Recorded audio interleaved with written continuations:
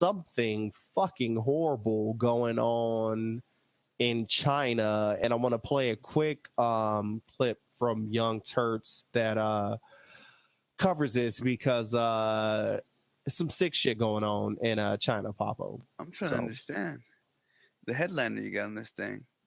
Yeah, so for those now, just if you're about to jump into it, saying why are Chinese drivers deliberately killing people they hit? I mean, yeah, right off tops, I gotta say, when you have roadkill, I mean, isn't it best to kind of seal the deal, or is that fucked up? It don't mean that in a fucked up way. It just means like if they're suffering, okay, all right. Too soon. In China are known for intentionally killing the people that they accidentally hit while they're driving. Now, this is involving pedestrians that get hit by a driver accidentally, and then the driver panics and decides to actually kill the person instead of helping them and making sure that they survive. Part of the reason is because of this incentive and disincentive system that's set up in China.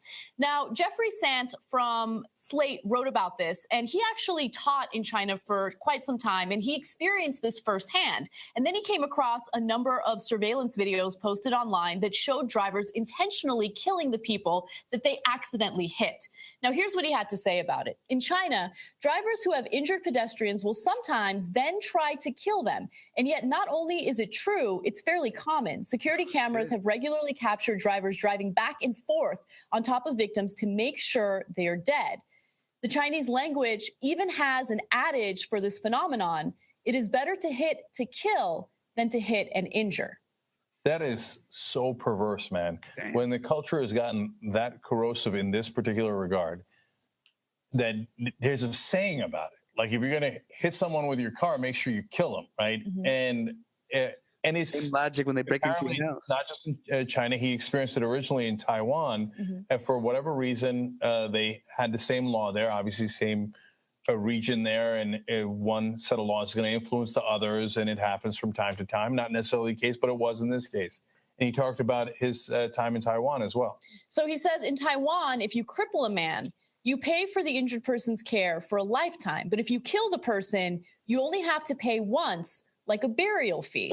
Now, he also notes that, okay, if you kill the person, yes, you pay for the burial fee, but then you're likely to spend some time in prison. However, you don't spend time in prison for murder because oftentimes you will be convicted of something like negligence, which has a much lower prison sentence. So people will usually serve about 1 to 2 years behind bars for intentionally killing people. And usually the defense that they'll use in court is, oh, I didn't know it was a person. I thought it was a trash bag. And the court believes it. It's incredible. They don't really believe it. Right. It's just the people running the pedestrians over happen to be really rich. So they're very well connected and they can get away with it. So they pretend to believe it. I mean, look, the stories here out. Yeah, and so they go on. There's all kinds of stories out there of like 3-year-olds getting ran over, and then the person would look out the car, see the kid is there, and then back the car or the wheel over just the head to crush the head, and then they go back on to what they doing. And matter of fact, I think I did see a clip, or I read about a clip about them mutilating a little boy because apparently he was hit. I didn't understand the deeper issue of it. As fucked up as the headlines that was, I didn't bother fucking with it. But damn, I mean, yeah, and how it breaks down that, because like we're looking at it and we're like, what's wrong with the Chinese? And it's not necessarily what's wrong with the people.